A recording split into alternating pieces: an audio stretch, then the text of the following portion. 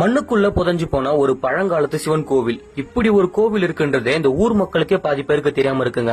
இந்த கோவில் கரெக்டா எங்க இருக்குன்னா திருவண்ணாமலை மாவட்டம் வந்தவாசியில இருக்கிற ஆயலவாடின்ற ஒரு சின்ன கிராமம் தாங்க. சோழர் காலத்துல கட்டப்பட்ட ஒரு கோவில். 12ஆம் நூற்றாண்டு காலகட்டத்துல இந்த கோவிலை கட்டியிருக்காங்க. நிறைய கல்வெட்டுகள் இருக்கு, நிலந்தாளங்களை பத்தியும் அதை குறிப்பிட்டிருக்காங்க. இந்த ஊருக்கு போயிட்டு நாங்க இந்த கோவிலை பத்தி கேட்டதுக்கு பாதி பேருக்கு தெரியல தாங்க சொன்னாங்க. ஏன்னா இந்த கோவில் அமைந்திருக்கிற இடம் அப்படி ஒரு மிகப்பெரிய ஏரியை ஒட்டி இந்த கோவில் கட்டப்பட்டிருக்கு. நான் இப்படி சொல்றதை விட இந்த கோவிலை ஒட்டி தாங்க மிகப்பெரிய ஏரி வெட்டப்பட்டிருக்கு. ஏன்னா இது சோழருடைய காலத்துல வெட்டப்பட்ட ஒரு ஏரி. ஆனா இப்போ இந்த ஏரிக்கரையில இருக்கிற மண் எல்லாமே இந்த கோவிலை தாக்கி விமான அளவுக்கு உயர்ந்திருக்குங்க. இப்போ பாக்குறதுக்கு ஒரு மணல் மேடு போல தாங்க காட்சியளிக்குது.